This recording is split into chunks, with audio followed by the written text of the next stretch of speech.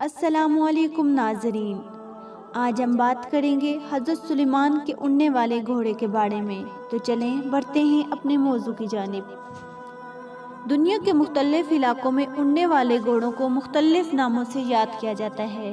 یونانی لوگ حضرت سلیمان علیہ السلام کے اس گھوڑے کو پیگیسس کے نام سے یاد کرتے ہیں۔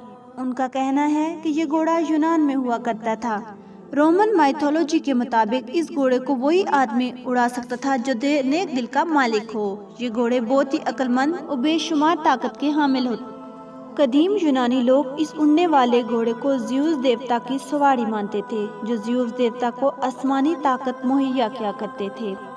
تاریخ میں جس یونیکورن گھوڑے کا ذکر ملتا ہے وہ بھی پیگیسس کی نسل سے ہی تھا۔ اس کے ماتھے پر ایک سینگ تھا اور وہ سینگ بہت ہی خوبصورت اور شفا والا مانا جاتا تھا، جس سے بے شمار بیماریوں کا علاج کیا جاتا تھا۔ یونیکورن کا ذکر جاپان، روس، چین اور یورپی ملکوں کی تاریخوں میں ملتا ہے۔ لیکن سوال یہ ہے کہ یہ اڑنے والے گھوڑوں کی نسل کیسے ختم ہوئی؟ کیوں حضرت سلیمان علیہ السلام نے اپنے اڑنے والے گھوڑوں کے پروں کو کاٹا؟ کیا حدیث و قرآن میں اڑنے والے گھوڑوں کا ذکر موجود ہے؟ ناظرین گرامی، قرآن و حدیث دونوں میں ہمیں اڑنے والے گھوڑوں کے وجود کا پتہ ملتا ہے، جو کہ اس ویڈیو کے آخر میں ہم آپ کو بتائیں گے۔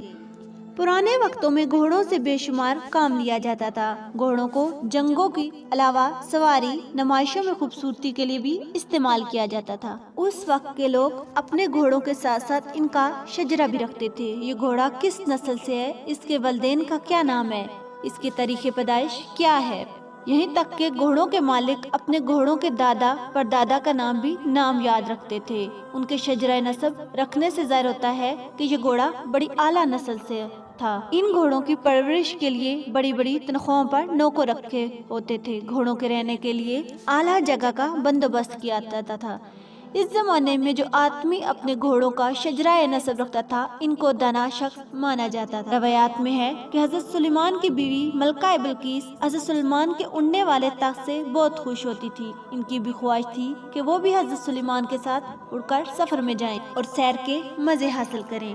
ایک دفعہ اس نے حضرت سلیمان سے کہا، اے سلیمان علیہ السلام، آپ ہر وقت اڑنے والے تخت پر بیٹھ کر پوری دنیا میں سفر کرتے ہیں۔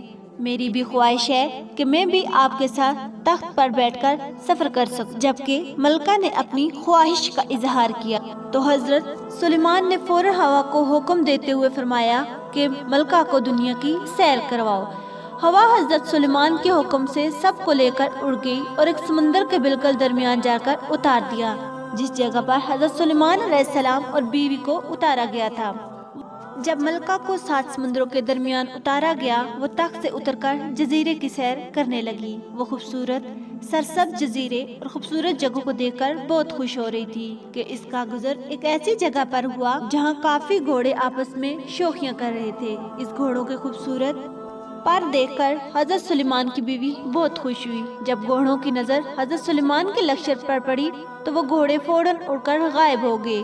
حضرت سلیمان اور بلقیس بیوی کو وہ گھوڑے بہت اچھے لگے۔ وہ گھوڑے وہاں سے غائب ہو گئے تھے۔ حضرت سلیمان علیہ السلام نے اپنے دربار میں واپس بلا کر سب جنوں کو اکٹھا کیا اور حکم دیا کہ اس جزیرے میں اس طرح کے گھوڑے تھے جو ہم کو دیکھ کر اڑ گئے ہیں۔ وہ اڑ کر جس جگہ بھی گئے ہیں ان کو گرفتار کر کے یہاں لے آؤ۔ تو جنہوں نے کہا، اے حضور، زمین میں بسنے والے جن سمندروں میں جا کر ان گھوڑوں کو گرفتار نہیں کر سکتے، یہ کام بس ایک جن ہی کر سکتا ہے۔ آپ علیہ السلام نے کہا، جو ان گھوڑوں کو پکڑ کر لا سکتا ہے وہ جن کون ہے؟ وہ اس وقت کہاں پر ہے؟ اس کو فوراً پیش کیا جائے۔ ان جنوں نے جواب دیا کہ اے حضور، اس جن نے آپ کا حکم ماننے سے انکار کر دیا ہے اور کہا ہے کہ میں آزاد رہنا چاہتا ہوں۔ وہ ہمارے گروپوں سے بھاگ کر سمندر میں چلا گیا ہے۔ حضرت سلیمان نے حکم دیا کہ وہ جن جس جگہ پر ہے اس کو ہر صورت پکڑ کر میرے پاس لے آؤ۔ حضرت سلیمان کے حکم سے آپ کے غلام جن اس سمندر میں چلے گئے جہاں وہ جن نے اپنا ٹھکانہ بنایا ہوا تھا۔ جنہوں نے وہاں جا کر بلند آواز سے کہا، اے ہمارے دوست جن، تو جس بادشاہ کے ڈر سے یہاں آ کر رہنے لگا ہے اس بادشاہ کا وصال ہو گیا ہے، اب ہم سب آزادی سے رہیں گے۔ جب سمندری جن نے یہ بات سنی تو وہ اپنے سب دوستوں کے ساتھ حاضر ہو گیا تو ان جنوں نے سمندری جن اور اس کے ساتھیوں کو گرفتار کر اور بادشاہ کے پاس لے آئے۔ یہاں آ کر جب جن نے بادشاہ کو دیکھا تو وہ ڈر گیا اور کہا، اے حضور مجھے کچھ مت کہنا، میں آپ کے حکم کے مطابق ہی رہوں گا۔ تو حضرت سلیمان علیہ السلام نے فرمایا کہ میں سمندر کے ایک جزیرے پر سیر کرنے کے لیے گیا تھا، تو میں نے وہاں عجیب نسل کے گھوڑے دیکھے جو پروں کے ذریعے اڑ بھی سکتے تھے۔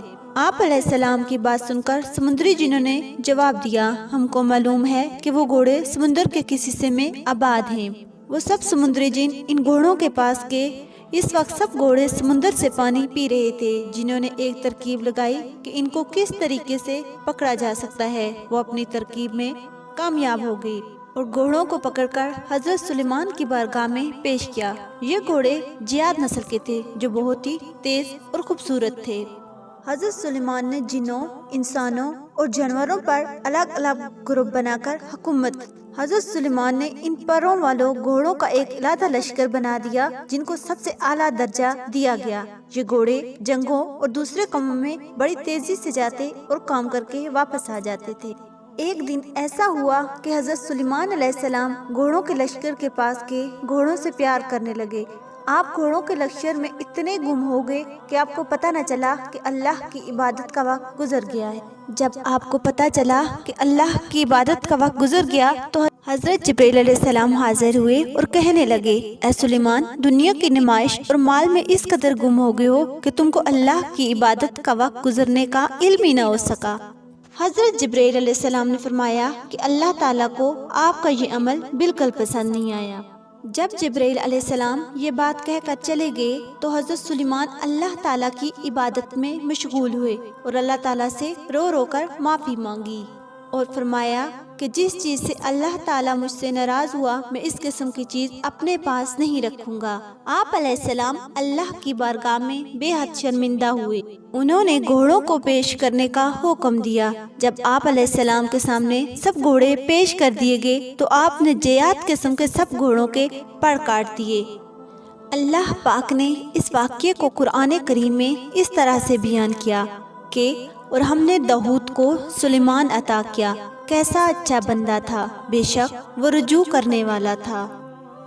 جب اس کے سامنے شام کے وقت تیز رو گھوڑے حاضر کیے گئے تو کہا، میں نے مال کی محبت کو یاد الہی سے عزیز سمجھا، یہاں تک کہ آفتاب غروب ہو گیا اور اس کو میرے پاس لٹا لاؤ۔ بس پنڈلیوں اور گردنوں پر تلوار پھیرنے لگے اور ہم نے سلیمان کو آزمایا اور اس کی کرسی پر ایک دھر ڈال دیا۔ پھر وہ رجوع ہوا کہ اے میرے رب، مجھے معاف کر اور مجھ کو ایسی حکومت عنایت فرما کہ کسی کو میرے بعد شیعہ نہ ہو، بے شک تو بڑا عنایت کرنے والا ہے۔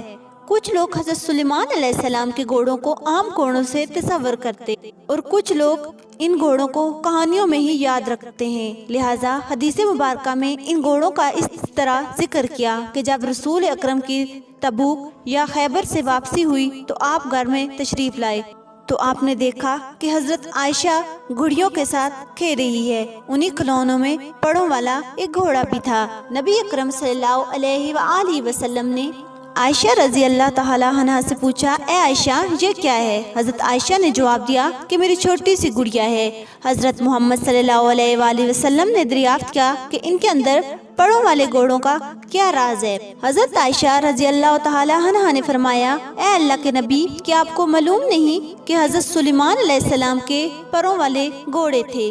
حضرت عائشہ رضی اللہ تعالی عنہا کی بات سن کر آپ مسکرائے۔ اس روایت سے معلوم کیا جا سکتا ہے حضرت سلیمان علیہ السلام کے پاس واقعی پروں والے گھوڑے تھے۔ اللہ اکبر۔ اللہ کریم مجھے اور آپ کو نیک اعمال کرنے اور برائیوں سے دور رہنے کی توفیق عطا فرمائے، آمین۔ اپنے انہی لفظوں کے ساتھ میں اجازت چاہتی ہوں۔ اللہ تعالیٰ آپ کا حفظ و نگہباں ہے اور ہمیشہ آپ کو ہنستا مسکراتا رکھے۔